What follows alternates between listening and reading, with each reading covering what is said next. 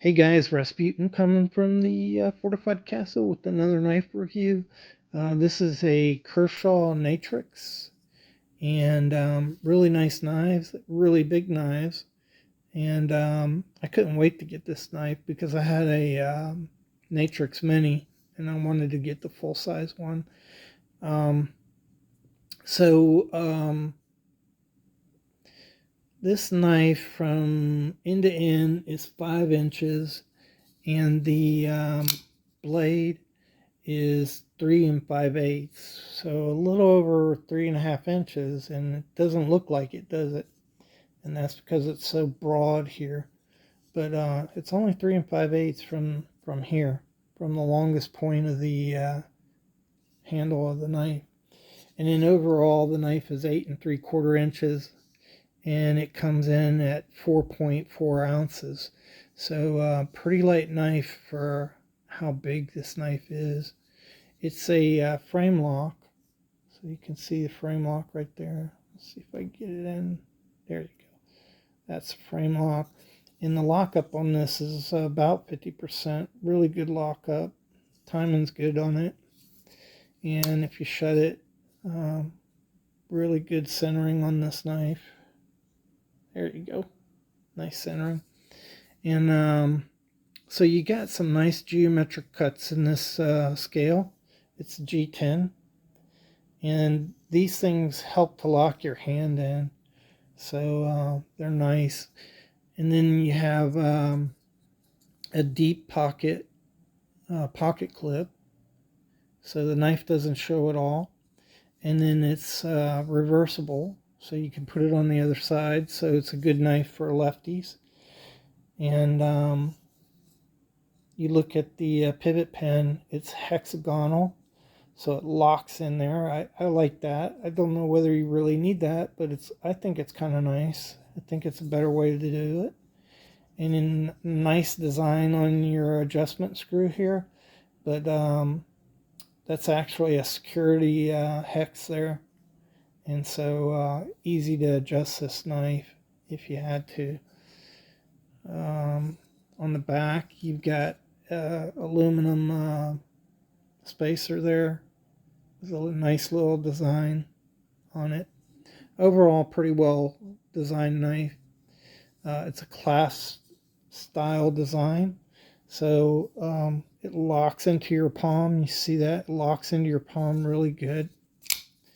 You got a little bit of a finger choil here that works well and provides a little type guard for you, so your hands don't go forward.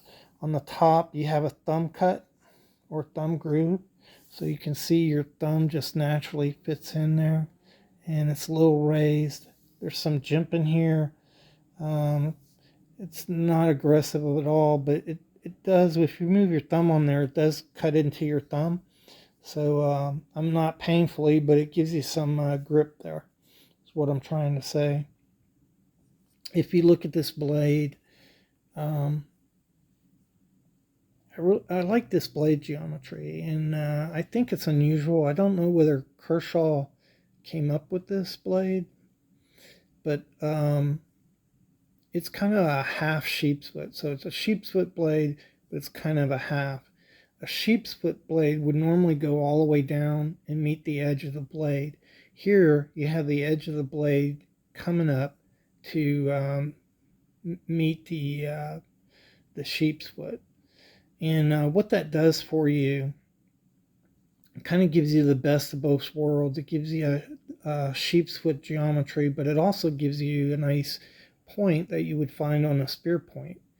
And so if you take this knife and you put it down and you want to do an intricate cut, what a sheep's foot does for you is you can see that knife is on a about a 35 degree angle. And that's a very comfortable angle to be working with on wood.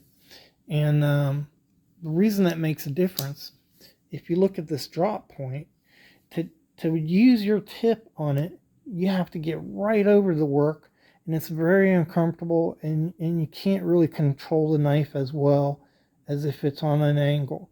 And that's really the beauty of a sheepswood. But with this knife, with this geometry, you also, if you look at this, put a straight edge on it, you can see that the point is roughly centered in the knife.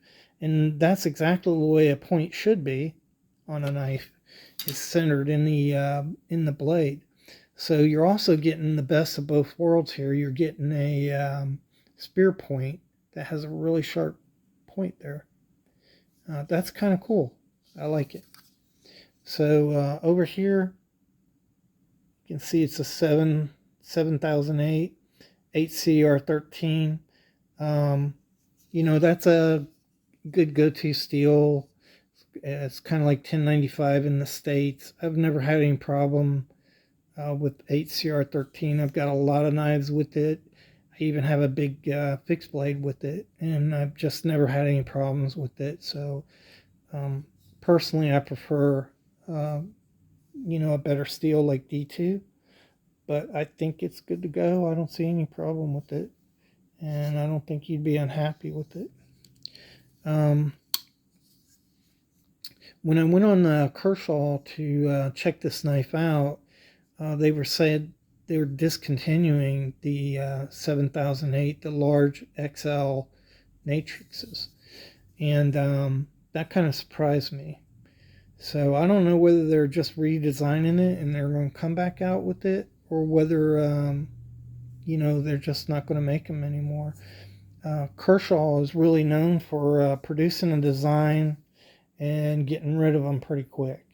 So if they stop selling, Kershaw comes out with something else. The mini Natrix, this knife right here, the exact same knives. It's just this is cut down. And these knives were listed on the website, and so I don't know whether these are going away or not. But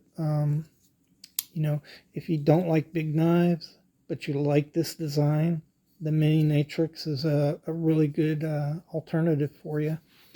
If you do like this design and you just haven't pulled the trigger and bought it, I saw Blade HQ has these on sale for $49. And if Kershaw's discontinuing, you might want to go ahead and pull the trigger and get you one of these. I think they make absolutely fantastic EDC knives. Flipper design. I've got one. I've got a lot of Kershaws, and I've EDC'd Kershaws for some time, and I've never had any problems with them. Early on, I think some guys complained about them a little bit, but you don't see very much of that anymore. So I think they're a rock solid performer. And originally, this company started out in 1974. I can't remember who owned this. I think it was Peter Kershaw. I think that's what his name was. Started it in 1974. By 1985, a company he had been having make his knives bought Kershaw.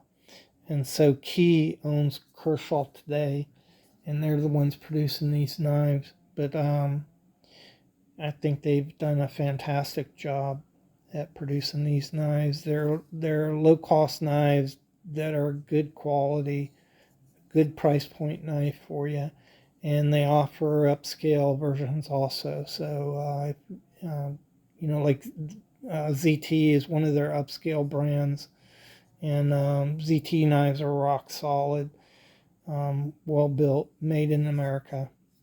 So they offer a little bit of everything for everybody. So I hope you enjoyed the video. If you did, appreciate you guys liking it. If you want to see more content on these modern folders, or I do a lot of videos on vintage knives too. Go ahead and subscribe. I'd love to have you on the channel. And remember, you'll know the truth, and the truth will set you free. And thanks so much for taking the time out of your day to watch this. Thanks.